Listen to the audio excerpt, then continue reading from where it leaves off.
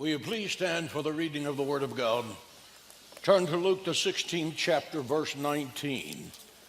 As we preach today, a message that America desperately needs to hear. There are some times that you preach a message because your church needs it. There are other times that you preach a message because America and the world need it.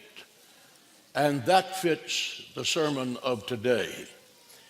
Why? Because just a few days ago, the world media reported that the Pope made the shocking statement that there is no hell, that in eternity you just simply disappear.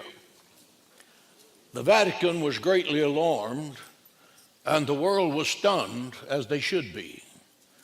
Theologically, if there is no hell, what did Jesus die on the cross to save us from?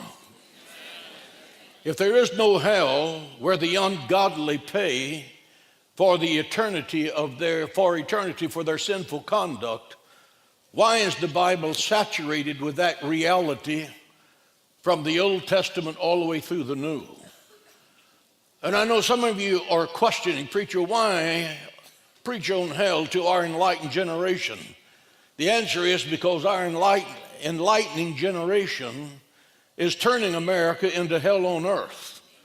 What we are experiencing right now is moral and spiritual insanity. Mass killings of innocent school children are transforming our public schools into a slaughterhouse. We have kicked God out of our public schools, period. We have mocked the 10 Commandments with its simplistic rules. One of them is thou shalt not kill, which is something public schools could desperately use now.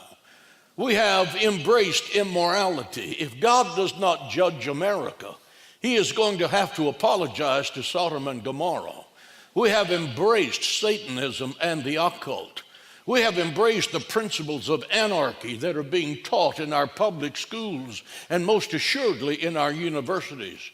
This week, George Washington University conducted an event, quote, to combat Christian privilege, especially white Christians, end quote. This is anarchy. This is Marxism. This is divide and conquer. This is not the American Constitution. It's the death of freedom, and it's a roaring fire that's sweeping across this nation in our centers of education. I want you to listen to this statement very closely. America must have a moral and spiritual revival or get prepared for a revolution in the streets of this nation. When the Vice President of the United States is mocked for his faith by a TV talk show host, Joy Behar, it's open season against Christianity. I say every Christian in America should boycott that show.